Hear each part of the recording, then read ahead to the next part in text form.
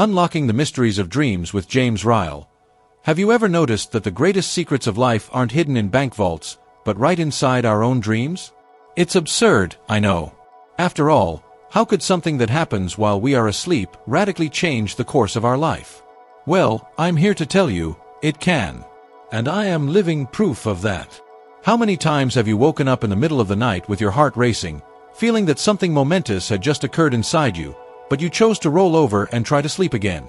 Yes, I have lived that too. And I'll say this, it was precisely on one of those nights that my life changed forever. I was immersed in distress, my heart shattered, unable to get any rest. The room was full of those common late-night noises, the wind whistling, the neighbor's dog barking, the wood creaking, but inside me, the noise was much louder. My mind was a whirlwind of questions, uncertainties, and fears. And then, just as the deepest silence fell over the city, I slipped into a heavy sleep. It was at that moment that a dream became more real than any waking moment. An angel visited me and said, "Do not be afraid." I don't know if you can imagine the weight of those words in the life of someone who was utterly broken inside. It was as if all my tears had gained meaning. Those two words broke the chains of my fear. I understood that the night silence was not empty. It was the perfect space for something divine to be revealed. And perhaps you are thinking, but my dreams are just a product of my imagination, nothing more. How often do we catch ourselves believing this? What if I told you that even science has confirmed that dreams are a laboratory of the mind, capable of reorganizing memories, solving problems, and even inspiring creative solutions? Great figures in history have experienced this. Thomas Edison used to nap with an iron sphere in his hand, precisely to wake up at the exact moment when his dreams brought him ideas, and that's how a good portion of his inventions were born. The writer Mary Shelley, for example, dreamed of the image that would give rise to the classic Frankenstein. These are not just religious or mystical stories. There is something real happening when we close our eyes. I myself experienced this so vividly that I could never deny it. I remember one night when I cried so much that my eyes were swollen, almost unable to stay open. I felt there was no way out of my pain.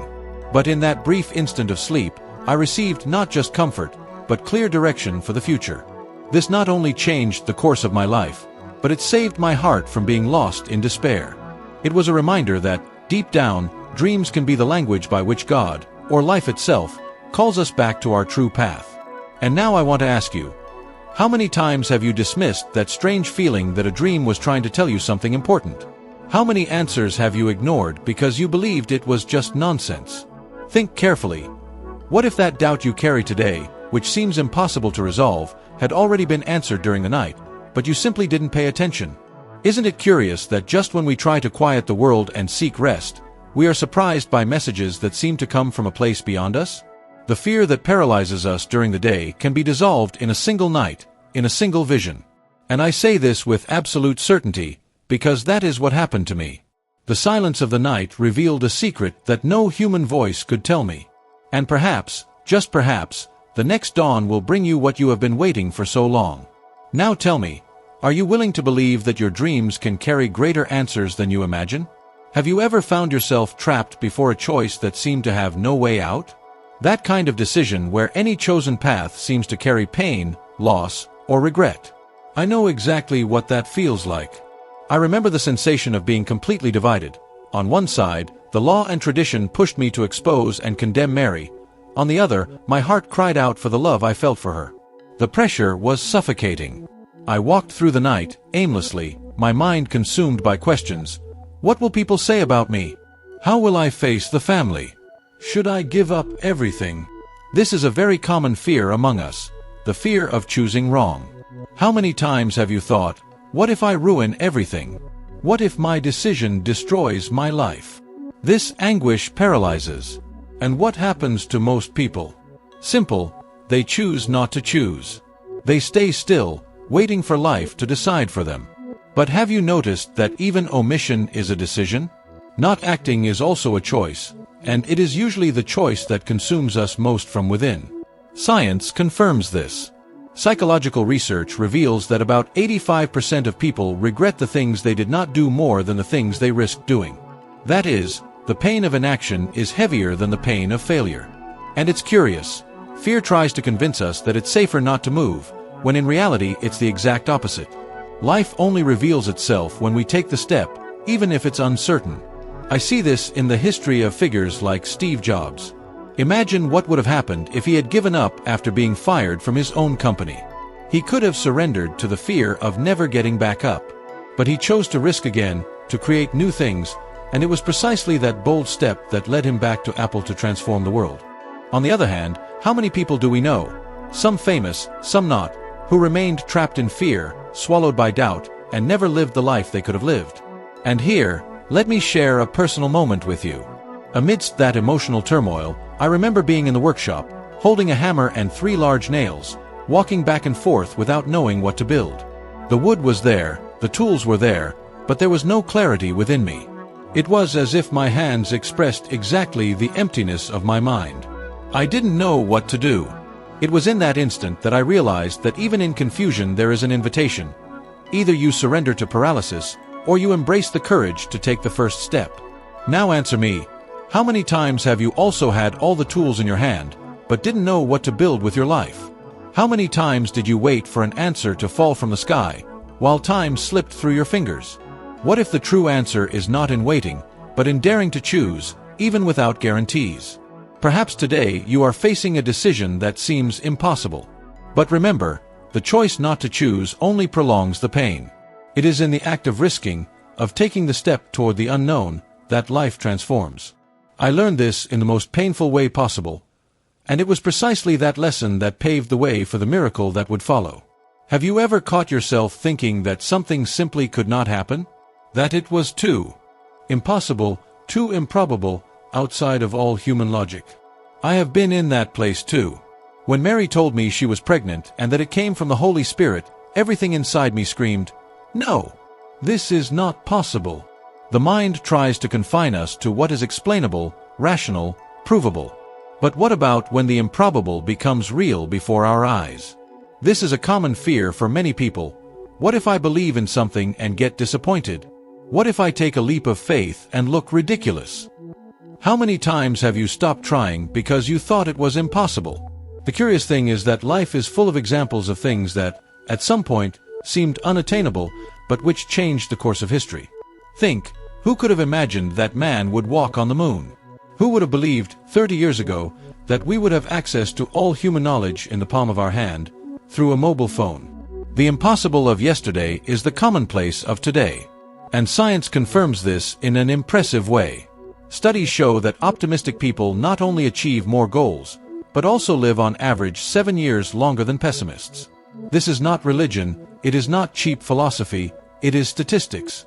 The way you view life shapes the limits of what you can achieve. I clearly remember the night I heard, "Joseph, son of David, do not be afraid." I, an ordinary man, with nothing special, received an impossible message, that the child born of Mary's womb would save the world. If I had only followed logic, I would have abandoned everything. But it was precisely by accepting the improbable that my life was transformed. Think of people like Walt Disney. He was fired from a newspaper because they said he didn't have enough creativity. Imagine if he had believed that. The impossible he carried within him, to bring characters to life and build a kingdom of dreams, became reality because he dared to believe. On the other hand, remember Nikola Tesla, an absolute genius, but who spent his life being discredited and died alone and forgotten, because the world did not believe in his impossible ideas. What seemed too improbable for his time was only recognized years later. And I recall a personal episode that profoundly marked my heart. I never considered myself worthy of anything grand. I always saw myself as just a carpenter, someone who lived by the effort of his hands. Until, that night, an angel called me by name and entrusted me with the greatest mission a man could ever receive. The improbable happened precisely to me. And if it happened to me, why couldn't it happen to you? Now I ask you, how many times have you limited your life by believing only in what seemed logical? How many opportunities have you let pass because you thought you weren't capable, that you were too small, or that it was too late? What if precisely what you consider impossible is what will completely transform your life? Life has this curious way of surprising us. The improbable only becomes possible for those who dare to give space to the extraordinary. And, perhaps, What seems absurd to you today is precisely the path to the fulfillment you so hope for. When the angel told me, "She will give birth to a son, and you are to give him the name Jesus," something inside me broke and reformed at the same time. At first glance, it may seem like just a detail, a name. But it was not. I understood there that words have the power to define destinies. Think for a moment. How many times have you been marked by a name or a label you didn't choose? Failure. Incapable. Not good enough. These words cling to us like invisible scars, and over time we start to believe them. The most common fear that many people carry is exactly this. What if I am only what they said I am? What if I can never free myself from what they labeled me? How many live trapped by these voices, even after years? The truth is that what we are called may hurt us, but it never has to define us. I myself was surprised by the honor of being the first to pronounce the name of Jesus. And in that instant, I understood that a name is not just a sound. It is identity, it is purpose, it is destiny. That name carried salvation and hope, not only for me, but for all people. And I realized that, just as a name can imprison, it can also liberate. Look, for example, at the story of Michael Jordan.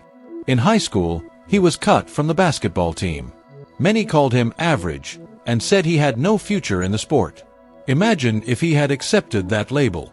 The world would have lost one of the greatest athletes in history. On the other hand, think of Amy Winehouse, a brilliant artist with a unique voice, but who spent her life listening to and believing in destructive labels, problematic, unstable, irredeemable. And those names became chains that, little by little, led her to ruin.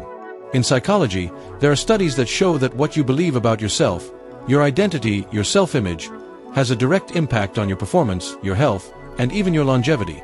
People who see themselves as strong and capable overcome illnesses faster. People who carry negative beliefs about themselves tend to live less and face more difficulties. This is not a coincidence. It is the power of identity. And let me tell you a personal experience. When I held that boy in my arms for the first time and said his name aloud, Jesus, a shiver ran through my entire body. It was not just the presentation of a child to the world. It was as if every syllable brought light and hope into me. In that moment, all fear, all doubt, all shame disappeared. I knew that nothing would be the same from then on. Now think with me. How many times have you repeated to yourself names and labels that only diminish you? How many times did you believe you weren't capable, weren't worthy, weren't sufficient? What if today you could choose a new name for your life? A name that represents not your fears, but your future? I learned that a name can change everything. And perhaps that is what you need today. To leave behind the labels that hurt you and pronounce, aloud, a new name for your story. Because, ultimately, it is not the voices of the past that define who you are, but the word you choose to believe in from now on. If there is one point I want you to hold on to in your heart after everything I have shared here, it is this: dreams, choices, the improbable, and even the power of a name. All of this can become the key to transforming your life. Because, in the end, what truly matters is the way you decide to see and respond to what life puts before you. That is what defines who you become. And now, I want to invite you to take one more step with me. The next video appearing on your screen will take you even deeper, ascending one more level in this journey of wisdom, so that you become 1% better than you are now. I sincerely thank you for being with me this far, and I'll wait for you in the next video.